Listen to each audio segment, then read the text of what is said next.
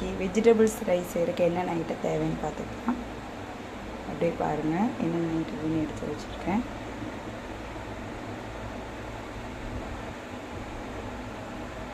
தாளிச்சு hi friends, இன்னைக்கு காய் சாப்பாடு செய்யலாம். அது செய்கிறது என்னென்ன ஐட்டம் எடுத்து தாளிச்சிட்டு பார்க்கலாம். தேவையானது எண்ணெய் ஊற்றிக்கணும்.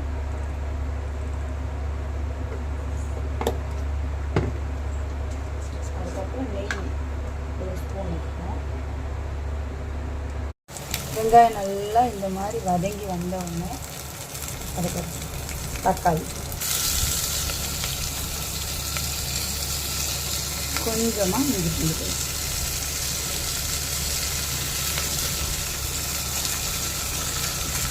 நல்லா பச்சை வாடை இஞ்சி பூண்டு பேஸ்ட் வந்து பச்சை வாடை போகிற அளவுக்கு நல்லா வதக்கி வச்சு இப்போ மல்லி புதினா சேர்த்துக்கலாம். ஒரு கைப்பிடி மல்லி, ஒரு கைப்பிடி புதினா, இது நல்லா வதக்கிக்கலாம்.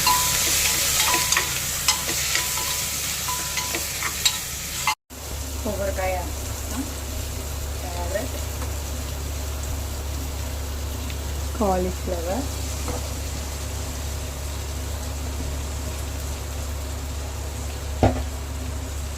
உருளைக்கிழங்கு கலர் நல்லா இருக்கிறது கட் பண்ணி தண்ணி போட்டு அந்த உருளைக்கிழங்கு. இப்போ கொஞ்சமாக தயிர் சேர்த்துக்கலாம்.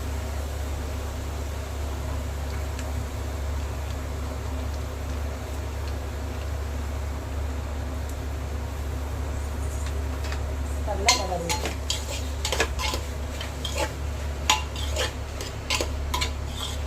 இது மாதிரி நல்லா வதங்கி உடனே இதுக்கு தேவையான தண்ணி ஊற்றிடலாம். அரிசி எவ்வளோ எடுத்துன்னு பார்த்து அதுக்கு உண்டான தண்ணி ஊற்றிக்கலாம். கழுவி சுத்தம் பண்ணி எடுத்து வச்சுருக்கேன் இந்தியா கேட் பாஸ்மதி ரைஸை இதில் ஆட் பண்ணுறோம்.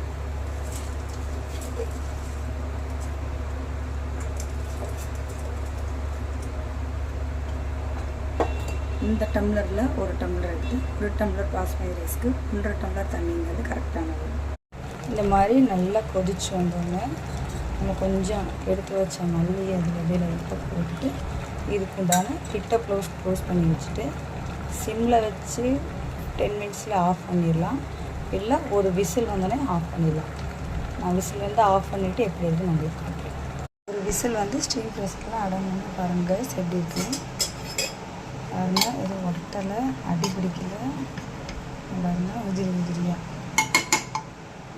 ஓகே ஃப்ரெண்ட்ஸ், உங்கள் வீட்டில் செஞ்சு பார்த்துட்டு டேஸ்ட் எப்படி இருக்குன்னு கமெண்ட் பண்ணுங்கள்.